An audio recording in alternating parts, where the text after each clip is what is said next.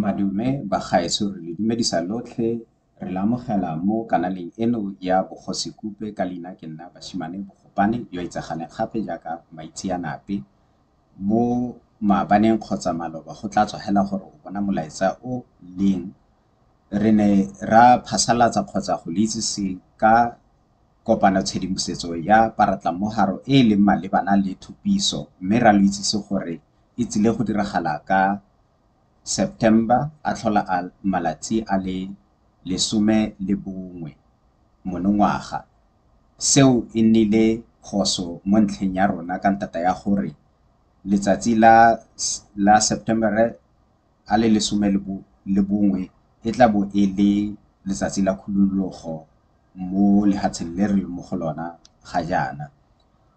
Re lo itsise jaana go kgopolola phoso e ka gore September a tlhola malatsi a le 10 e tla be e le lona letsatsi leo kopano tshedimosetso ya paratlamogaro kgotsa thupiso ya paratlamogaro e tlileng go diragala ka lona. Re a boeletsa September a tlhola malatsi a le 10 monongwaga ka iri ya 4 thapama. Ke moo re tlileng go kopana teng go fana ka tshedimosetso ya paratlamogaro kgotsa thupiso ya paratlamogaro. Ha o na le kgatlego ya go nna karolo ya seno, re eletsa le go kopa gore o re romelle molaetsa kwa bogosigube.sa@gmail.com. Ke a boeletsa re romelle molaetsa kwa bogosigube.sa@gmail.com.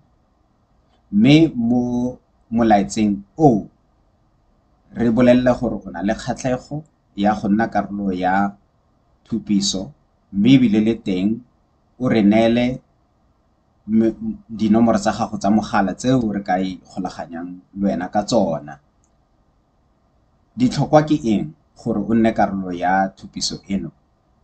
Ditlhokwa ke gore o nne le bokgoni jwa go bua le go tlhaloganya nngwe ya dipuo tse di latelang: Nguni, Setswana, Sotho kgotsa Setswana sa Aforika Borwa le sa kwa Botswana le Sesotho sa Leboa kgotsa Bokone le Sesotho sa Borwa kgotsa sa Lesotho. Re sologela ha le tla itumelela go nna seoposengwe le rona go tsaya leeto le bao ga mmogo le bao ba bangwe bao ba setseng ba simolotse. Re a leboga.